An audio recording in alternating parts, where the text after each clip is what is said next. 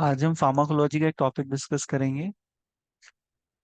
Unit number 2, drugs acting on PNS, peripheral nervous system. इस unit में हमें पढ़ना है cholinergic drugs, anti cholinergic drugs, adrenergic drugs, anti adrenergic drugs, neuromuscular blocking agent, drugs used in myasthenia gravis, local anaesthetic, non steroidal anti inflammatory drugs. तो आज इसका एक topic देखेंगे हम, एमजी। एमजी का फुल फॉर्म होता है मिस्थेनिया ग्रेविस। मिस्थेनिया ग्रेविस एक न्यूरोमस्कुलर जंक्शन का ऑटोइम्यून डिसऑर्डर है। इसमें न्यूरोमस्कुलर जंक्शन के रिसेप्टार जिसपे एसिटाइल कोलिन और अदर न्यूरोट्रांसमीटर्स बाइंड होते हैं वो डैमेज हो जाता है, क्योंकि हमारे इम्यून सेल्स वहां पर अटैक करते हैं और उस रिसेप्टार से बाइंड होके उसको डैमेज करना शुरू कर देते हैं। तो myasthenia gravis is a complex autoimmune disorder in which antibodies destroy neuromuscular connections. It causes a problem with the nerves that communicate with muscles. मतलब ऐसे नर्व्स जो कि मसल से कम्युनिकेट करते हैं, रिसेप्टार डैमेज होने की वजह से उनका कम्युनिकेशन डिस्कनेक्ट हो जाता है और मिस्थेनिया ग्रेविस का प्रॉब्लम होता है। Affect the voluntary muscles of the body, especially the eye, mouth, throat and limbs। हमारी बॉडी में मसल्स जहां पर न्यूरॉन से कनेक्टेड होती है उसको हम न्यूरोमस्कुलर जंक्शंस कहते हैं। तो हमारी बॉडी में स्मूथ मसल्स भी होते हैं, वॉलेंटरी मसल्स होते हैं, इनवॉलेंटरी मसल्स होते हैं। वॉलेंटरी मसल्स वो जिसपे हमारा कंट्रोल होता है, इनवॉलेंटरी मसल्स वो होते हैं जिसपे हमारा कंट्रोल नहीं होता। तो हमारे जैसे थ्रोट पे मसल्स हैं, हमारे आई में आईलिड के मसल्स हैं। तो ये मसल्स जो हैं ये हमारे इंटरनल बॉडी पार्ट में जो मसल्स हैं वो प्रॉपर काम नहीं करते, जिसकी वजह से हम स्पीकिंग और सॉलोइंग, गिलने में हमें प्रॉब्लम होगी, बोलने में हमें प्रॉब्लम होगी, है ना। और हमारी जिस आंख में यदि मिस्थेनिया ग्रेविस होगा वो आंख, मतलब उसकी आईलिड नीचे की तरफ झुकने लगेगी, ऐसे नीचे की तरफ गिरने लगेगी, ठीक है। तो ये सब इसके सिम्टम्स होते हैं मिस्थेनिया ग्रेविस के। It is characterized by the weakness and rapid fatigue of any muscles under the voluntary movement। Voluntary movement मतलब the movement which is in our control, जिस movement को हम कंट्रोल कर सकते हैं। जैसे मैं अपना हाथ उठाना चाहूँ तो उठा सकता हूँ, नीचे रखना चाहूँ नीचे रख सकता हूँ, तो ये वॉलेंट्री मसल्स की श्रेणी में आता है। लेकिन हमारी बॉडी में इनवॉलेंट्री मसल्स भी होते हैं अंदर, जिसपे हमारा कोई कंट्रोल नहीं है। जैसे हमारा ईसोफेगस का मसल्स है, हार्ट में जो कार्डियक मसल्स होते हैं, स्मूथ मसल्स, इसको कौन ऑपरेट करता है? Autonomic nervous system. तो ये ऑटो पायलट मोड पे सारे मसल्स काम करते हैं। पेरिस्टेलिक मूवमेंट होता है इसोफेगस में, जिसको हम आहार नाल कहते हैं। और हमारे इंटेस्टाइन में जो मूवमेंट होता है जिसके थ्रू हमारा कैनाल से जो फूड आगे की तरफ मूव करता है। तो ये सारे मूवमेंट इनवॉलेंट्री की श्रेणी में आते हैं। तो myasthenia gravis is characterized by the weakness and rapid fatigue of the muscles under the voluntary control, and it causes the misthenia gravis is basically breakdown of normal communication between the nerves and muscles।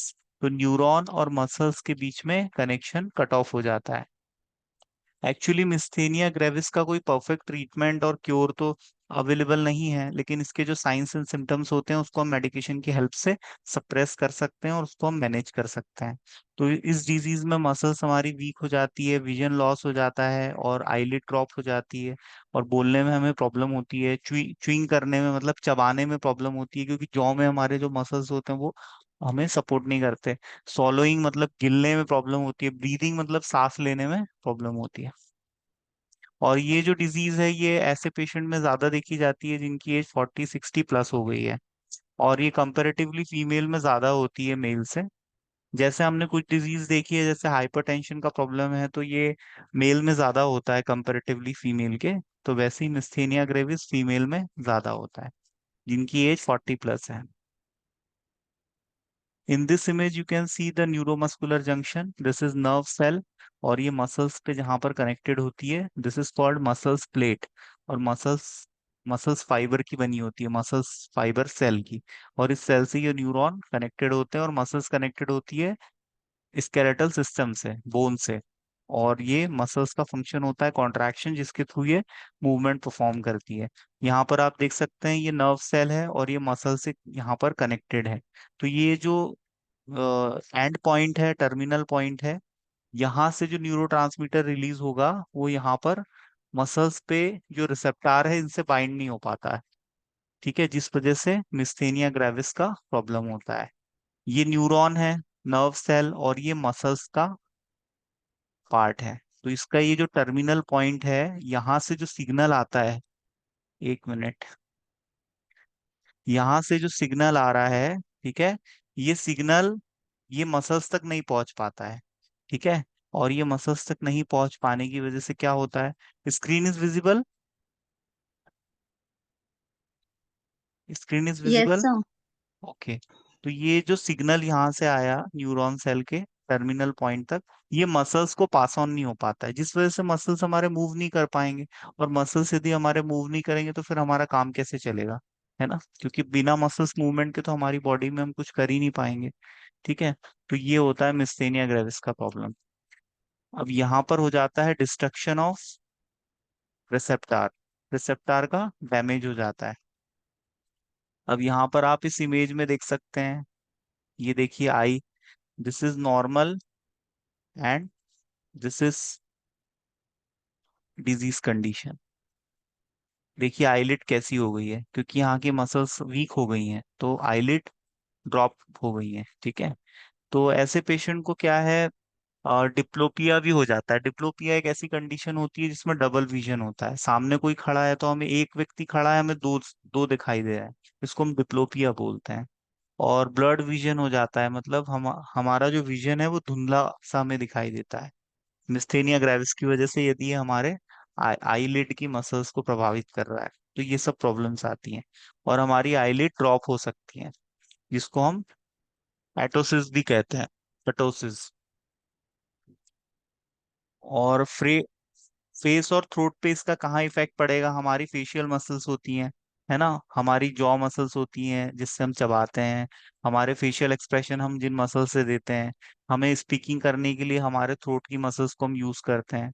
तो speech speech देने में भी हमें problem होती है। सॉलो करते हैं हम, है ना, गिलते हैं, तो जैसे हम पानी पी रहे हैं या हम दवाइयाँ खा रहे हैं, खाना खा रहे हैं, तो जो कुछ हम गिलते हैं तो गिलते वक्त पेशेंट को पेन होना शुरू हो जाता है। ठीक है, और फेशियल एक्सप्रेशन पेशेंट दे नहीं पाता, जैसे वो खुश है तो मतलब उसके चेहरे से लगेगा नहीं कि वो खुश है, क्योंकि मसल्स वीक हो गए हैं। तो चेहरे के मसल से ही तो हम अपने फेशियल एक्सप्रेशन दिखाते हैं, है ना। जैसे एक बोटॉक्स इंजेक्शन आता है, बोटॉक्स इंजेक्शन लगाने से क्या है, मसल्स पैरालाइज हो जाते हैं। अब मसल्स यदि पैरालाइज हो जाएंगे तो व्यक्ति अपने इमोशंस को अपने फेशियल मसल्स के थ्रू दिखा ही नहीं पाएगा। वो गुस्सा भी होगा तो भी नहीं पता चलेगा, खुश भी होगा तो भी पता नहीं चलेगा, उसके चेहरे पे कोई एक्सप्रेशन ही शो नहीं हो पाएंगे। क्यों? क्योंकि उसके मसल्स अब वीक हो चुके हैं, तो फेशियल एक्सप्रेशन नहीं दे पाएगा व्यक्ति। अब डॉक्टर को जब दिखाने की जरूरत है, जब ब्रीदिंग में प्रॉब्लम हो रही है, देखने में प्रॉब्लम हो रही है, यदि चबाने वॉकिंग में प्रॉब्लम हो रही है, पेशेंट फंबलिंग के लिए साथ चल रहा है, फंबल कर रहे हैं, उसके पैर लड़खड़ा रहे हैं, तो तब उसको डॉक्टर को दिखाना चाहिए, ये सब सिम्टम्स यदि हैं तो। तो यहाँ पर इसके सिम्टम दिए हुए हैं, breathing difficulty, difficulty in सॉलोइंग and chewing, difficulty in limb, stairs lift objects, मतलब किसी ऑब्जेक्ट को आप होल्ड करोगे तो आपके हाथ से वो छूट जाएगा, और जब आप सीढ़ियां चढ़ोगे तो आप लड़खड़ाओगे, और टॉकिंग करोगे तो आपका वॉइस थोड़ा सा चेंज हो जाएगा, है ना, आप अच्छे से बोल नहीं पाओगे।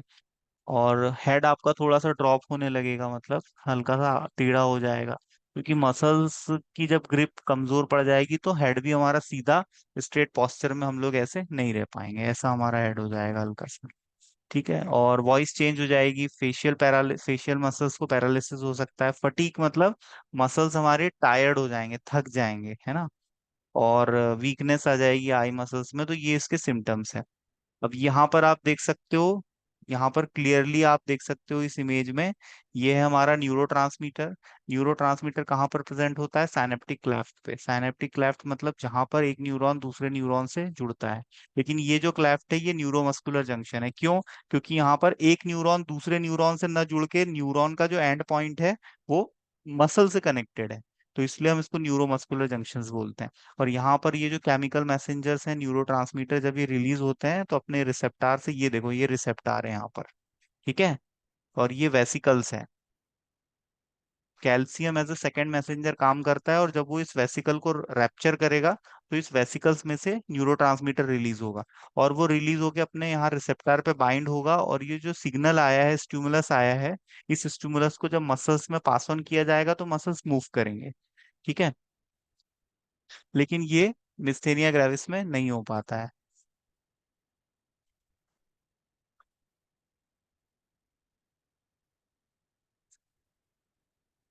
कई बार ऐसा देखा गया है कि चेस्ट के सेंटर में थाइमस ग्लैंड प्रेजेंट होता है। थाइमस ग्लैंड में ट्यूमर होने की वजह से मिस्थेनिया ग्रेविस हो जाता है, क्योंकि थाइमस ग्लैंड 14 साल तक एक्टिव रहती है। 14 ईयर्स तक की एज तक ये एक्टिव रहती है, उसके बाद ये काम नहीं करती है, तो इसको सर्जरी के थ्रू बॉडी से बाहर निकाल दिया जाता है यदि इसमें गांठ बन जाए, है ना। तो इसकी वजह से भी मिस्थेनिया ग्रेविस हो जाता है। और इसके ट्रीटमेंट का एक और तरीका होता है कि ब्लड में ऐसी एंटीबॉडीज जो कि न्यूरोमस्कुलर जंक्शन को डैमेज कर रही है, उसको हम सेपरेट आउट कर सकते हैं ब्लड से। तो उसको सेपरेट आउट यदि हम ब्लड से कर लेंगे तो हमें रिलीफ मिल सकता है। थाइमस ग्लैंड का काम क्या होता है? थाइमस ग्लैंड हमारे इम्यून सिस्टम का एक पार्ट होती है। जब मैंने आपको लिम्फेटिक सिस्टम पढ़ाया था, तब लिम्फ नोड और स्प्लिन, उस टाइम मैंने आपको थाइमस ग्लैंड के बारे में बताया था। थाइमस ग्लैंड हमारे इम्यून सिस्टम का एक पार्ट होती है, जो कि एंटीबॉडी बनाने का काम करती है। और 14 ईयर्स के बाद ये एंटीबॉडी बनाना बंद कर देती है। इसलिए जितने भी टीके हैं वो सब कम एज में ही बच्चों को लगाए जाते हैं, जिससे कि थाइमस ग्लैंड जो सेल बना रही है वो उस एंटीजन के स्ट्रक्चर को रिकॉग्नाइज कर ले, और जब कभी नेक्स्ट टाइम एक्सपोजर हो तो उससे हमारी बॉडी फाइट कर पाए। हमारी बॉडी में जो इम्यून सेल है, इनके पास मेमोरी होती है। मेमोरी इन द सेंस, यदि आज कोई इन्फेक्शन हुआ है और हमारी बॉडी हील कर गई, हमारी बॉडी ने उस इन्फेक्शन से लड़ लिया सपोज, तो क्यों लड़ लिया? क्योंकि हमारी बॉडी ने उस दुश्मन को समझ गई, हमारे हमारे इम्यून सेल्स, और अब नेक्स्ट टाइम जब वो इन्फेक्शन होगा तो हमें पता है कि उससे कैसे लड़ना है। ठीक है। तो जिन लोग को ऐसा कह रहे थे ना कोविड हो चुका है और जो ठीक हो गए हैं, अब उनको कोविड से डरने वाली कोई बात नहीं है। ऐसा क्यों है रोहिणी? बताओ, ऐसा क्यों हो रहा है? सर, उनके बॉडी में जो ऑलरेडी वैक्सीन दिया है, तो वो हम्म। उनके बॉडी के अगर फॉरेन मटेरियल उनके बॉडी में एंटर होते हैं, तो हम्म। ऑलरेडी वो सिस्टम को पता है कि ये ऑलरेडी हुआ है, तो वो उसके साथ फाइट करेंगे। हाँ, एब्सोल्युटली राइट। जैसे किसी को कोविड हुआ और वो 14 दिन क्वारंटाइन रहा, आइसोलेशन में रहा, और वो खुद ब खुद ठीक हो गया, तो क्या उसको दोबारा कोविड परेशान कर सकता है? नहीं कर सकता, क्योंकि उसकी बॉडी में इम्यूनिटी डेवलप हो गई, है ना। अब वो वैक्सीन नहीं भी लगाएगा तो उसको कोई फर्क नहीं पड़ेगा, क्योंकि कोविड को उसकी बॉडी समझ चुकी है, उस वायरस को, और उस वायरस से कैसे लड़ना है ये बॉडी ने सीख लिया है। क्योंकि यदि किसी को कोविड से यदि मरना होगा तो वो पहली बार में ही मर जाएगा। दूसरी बार ऐसा नहीं कि पहली बार हुआ तो बच गया, दूसरी बार हुआ तो मर जाएगा, ऐसा नहीं। बॉडी में एक बार किसी डिजीज के लिए इम्यूनिटी डेवलप हो जाती है तो बॉडी उससे दोबारा लड़ पाती है। अब जैसे पोलियो के वैक्सीन हम लगाते हैं तो कहाँ किसी को पोलियो हो रहा है? 2012 में लास्ट केस मिला था, उसके बाद से तो 2015 से तो हमारा जो भारत देश है ये पोलियो मुक्त देश घोषित कर दिया गया है। क्यों? क्योंकि पोलियो के वैक्सीन हर बच्चे को लगाए गए, 2 बूंद जिंदगी के। आपने देखा होगा वो छोटे से डिब्बे में वैक्सीन रहता था, छोटे बच्चों को ट्रेन में तो बस में जहां मिले वहीं पिला देते थे। पूछ लेते थे भाई पिलाए हैं क्या डोज? नहीं तो ये लो 2 बूंद लेके। तो अब पोलियो का प्रॉब्लम किसी को नहीं हो रहा है, क्योंकि सबके अंदर पोलियो को लेके इम्यूनिटी डेवलप हो गई है। ठीक है। तो ये जो थाइमस ग्लैंड है ये 14 साल तक एक्टिव रहता है, और ये एंटीबॉडीज बनाता है। एंटीबॉडी क्या होती है? हमारी बॉडी में बाहर से जो फॉरेन सब्सटेंस आता है उसको हम एंटीजन बोलते हैं, जो हमारे इम्यून सिस्टम को एक्टिवेट करता है। तो हमारी बॉडी उसके अगेंस्ट में जो फाइटर सेल्स तैयार करती है उसको हम बोलते हैं एंटीबॉडी। तो एंटीबॉडी हमारे बॉडी का ही प्रतिरक्षा तंत्र का ही एक कोशिका होता है, और एंटीजन बाहर से आता है। तो थाइमस ग्लैंड क्या करती है? एंटीबॉडी बनाती है। एंटीबॉडी बनाती है 14 साल तक की एज तक, फिर उसके बाद ये डीएक्टिवेट हो जाती है। लेकिन कभी कभी इसमें ट्यूमर का फॉर्मेशन हो जाता है, तो ट्यूमर के फॉर्मेशन होने की वजह से ये डिफेक्टेड एंटीबॉडी बनाती है कभी कभी। तो इसलिए उसको काट के निकाल दिया जाता है सर्जरी से, और थाइमस काट के निकाल भी दी जाए बॉडी पे तो कोई फर्क नहीं पड़ता। जैसे आपका अपेंडिक्स, अपेंडिक्स यदि किसी की बॉडी से, स्टमक से काट के निकाल दिया जाए सर्जरी के थ्रू, तो उसको कोई फर्क नहीं पड़ेगा, है ना। ऐसे ही थाइमस ग्लैंड की भी यही हालत होती है, लेकिन 14 साल के बाद में, जिसकी एज 18 साल से ज्यादा हो गई है, उसके ही साथ ये सर्जरी की जा सकती है। क्योंकि उसके पहले तो ये बहुत काम करती है। क्योंकि जितने भी हम टीके लगाते हैं, तो वो टीके का जो पूरा फायदा है हमें थाइमस ग्लैंड से ही मिलता है। थाइमस ग्लैंड एक हार्मोन भी बनाती है जिसका नाम है थाइमोसिन। और थाइमोसिन हार्मोन एंटीबॉडी के प्रोडक्शन में बहुत हेल्प करता है। ठीक है।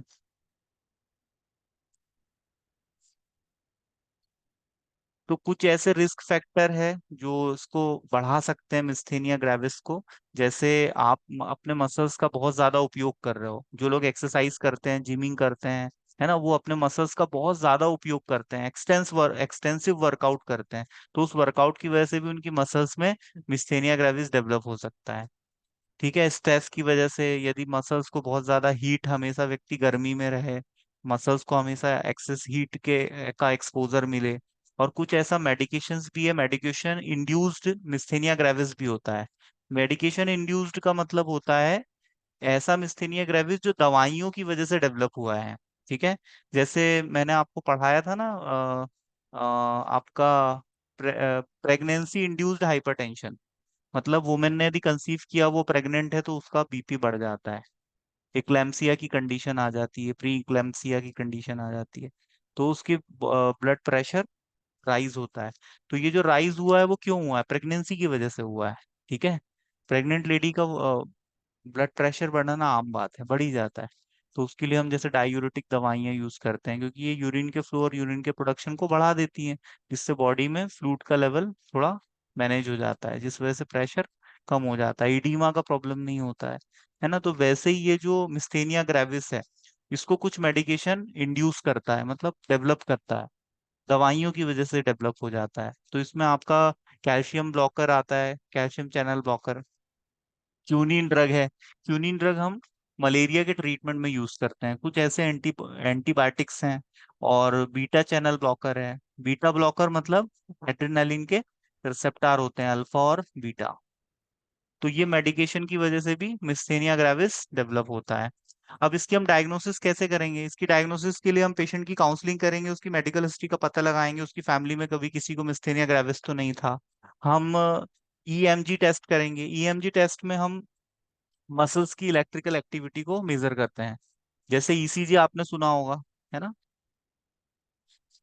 ईसीजी सुना है आपने? ईसीजी ईसीजी जो टेस्ट होता है, इसका फुल फॉर्म होता है इलेक्ट्रो इंसेफेलोग्राफ या ग्राम। ये ब्रेन की एक्टिविटी बताता है, इलेक्ट्रिकल एक्टिविटी। ऐसे ही हार्ट की इलेक्ट्रिकल एक्टिविटी हमें चेक करनी है, तो हम ईसीजी टेस्ट करते हैं, इलेक्ट्रोकार्डियोग्राम या ग्राफ, है ना, ईसीजी हार्ट के लिए। और वैसे ही यदि मसल्स की हमें इलेक्ट्रिकल एक्टिविटी देखनी है, तो हम ईएमजी टेस्ट करते हैं। ये मेजर करता है मसल्स की इलेक्ट्रिकल एक्टिविटी को, जिससे हमें पता चल जाता है कि भाई मसल्स नॉर्मल वर्क कर रही है या एबनॉर्मल फंक्शनिंग हो रही है मसल्स में। तो ये हमें पता चल जाता है। हम मसल्स की बायोप्सी भी करते हैं, मतलब कि इसमें खाएंगे बेटा थोड़ी देर से। जो मसल्स जैसे कमजोर हो गई है, वहां से हम बायोप्सी के थ्रू थोड़ा सा एक हिस्सा रिमूव करके उसको लैब में टेस्ट भी कर सकते हैं कि मसल्स की कंडीशन कैसी है। अब हम इसमें 3 टाइप के मेडिकेशन यूज करते हैं। Cholinesterase inhibitors. ये ड्रग्स क्या करते हैं? इसका एग्जाम्पल है मैस्टिनोन। ये ड्रग्स क्या करते हैं? एसिटाइल कोलिन के डिग्रेडेशन को रोकते हैं। क्योंकि कोलिन एस्ट्रेस एंजाइम क्या करता है? एसिटाइल कोलिन को डिग्रेड करेगा, एसिटाइल और कोलिन में उसको, उसका ब्रेक डाउन करेगा, और उसका फिर से अपटेक होगा। और अपटेक होने के बाद में उसकी सिंथेसिस होगी और वो वेसिकल में स्टोर रहेगा। तो कोलिन एस्ट्रेस एंजाइम को इनहिबिट करने से क्या होगा? एसिटाइल कोलिन का डिग्रेडेशन रुक जाएगा। तो इसकी एक्टिविटी हमें ज्यादा मिलेगी। तो इसलिए हम ये ड्रग्स यूज करते हैं। कॉर्टिकोस्टेरॉइड्स ड्रग्स हम यूज करते हैं। और हम इसके साथ साथ यूज करते हैं इम्यूनोसप्रेसेंट ड्रग्स। इम्यूनोसप्रेसेंट ड्रग का एग्जाम्पल है साइक्लोस्पोरिन। साइक्लोस्पोरिन ड्रग क्या करता है? हमारे इम्यून सिस्टम को सप्रेस करता है। अब ये ड्रग, ये जो डिजीज है, ये क्यों हो रही है हमें? ऑटो इम्यून डिसऑर्डर है, मतलब हमारे इम्यून सेल्स ही हमें नुकसान पहुंचा रहे हैं। तो हम अपने इम्यून सिस्टम को यदि सप्रेस कर लें, तो क्या ये डिजीज हमारी बढ़ेगी? नहीं बढ़ेगी। तो हम इसको कंट्रोल कर सकते हैं। ये देखो यहाँ पर कैसे, ये देखो ये मसल सेल है और ये देखो न्यूरॉन यहाँ पर। कनेक्टेड है। ठीक है, यहाँ पर आप ये देख सकते हो नॉर्मल नर्व ट्रांसमिशन कैसे हो रहा है। ठीक है, देखो इस इमेज में आप देखोगे तो यहाँ नॉर्मल ट्रांसमिशन हो रहा है। ठीक है, देखो यहाँ पर ये बाइंड हो रहा है रिसेप्टर से, यहाँ पर नॉर्मल नहीं हो पा रहा है। क्यों नहीं हो पा रहा है? देखो एंटीबॉडी ने इस रिसेप्टर से बाइंड कर लिया है, ये देखो कर लिया ना यहाँ पर ये। अब मुझे बताओ यहाँ से जो न्यूरोट्रांसमीटर रिलीज हो रहा है वो यहाँ बाइंड कर पाएगा क्या? मैं क्यों बेटा? नहीं कर पाएगा ना।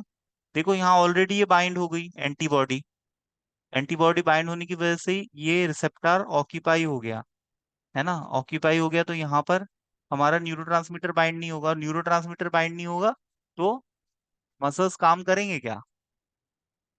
क्यों बेटा? करेंगे मसल्स काम?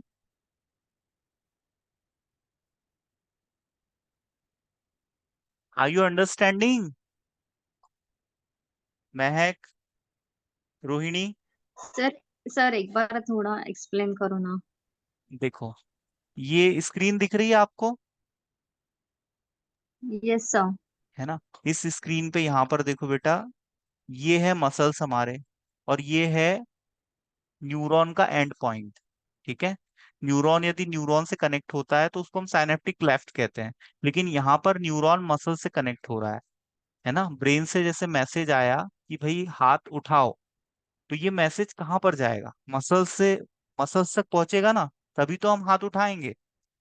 मसल्स का और स्केलेटल सिस्टम का फंक्शन क्या होता है? मोशन, लोकोमोशन प्रोवाइड करना, हमारी बॉडी में मूवमेंट, हम वॉक कर पाते हैं, हम हमारे हाथ को हिला सकते हैं, उठा सकते हैं, गर्दन को मूव कर सकते हैं। तो हमारे स्केलेटल सिस्टम में हमारी जो बोन है इससे हमारी मसल्स कनेक्टेड है, और हमारे मसल से कनेक्टेड है न्यूरॉन्स। और न्यूरॉन्स जहां पर मसल से कनेक्ट होते हैं हम उसको बोलते हैं न्यूरो मस्कुलर जंक्शन। तो ये है हमारा न्यूरो मस्कुलर जंक्शन। अब यहाँ पर होना क्या चाहिए? यदि स्टिमुलस आया तो वेसिकल्स में से जो न्यूरोट्रांसमीटर रिलीज हो रहा है वो यहाँ पर अपने रिसेप्टर से बाइंड करे। तो ये देखो इस वाली इमेज में नॉर्मल फिनोमिनो बताया गया है कि ऐसा होना चाहिए। और सेकंड वाली जो ये वाली इमेज है इसमें यहाँ पर एबनॉर्मल बताया गया है। एबनॉर्मल कैसे हो गया? हमारे जो एंटीबॉडी है, ठीक है, एंटीबॉडी इस रिसेप्टर को ऑक्यूपाई कर गए। तो ऑक्यूपाई कर लिया तो यहाँ पर हमारा न्यूरोट्रांसमीटर बाइंड हो पाएगा क्या अब? क्यों रोहिणी? हम्म, नो सर। नहीं होगा तो मसल्स हमारी मूव करेगी क्या? नहीं करेगी। तो ये वाली जो कंडीशन है ये एबनॉर्मल कंडीशन है और ये वाली है नॉर्मल कंडीशन।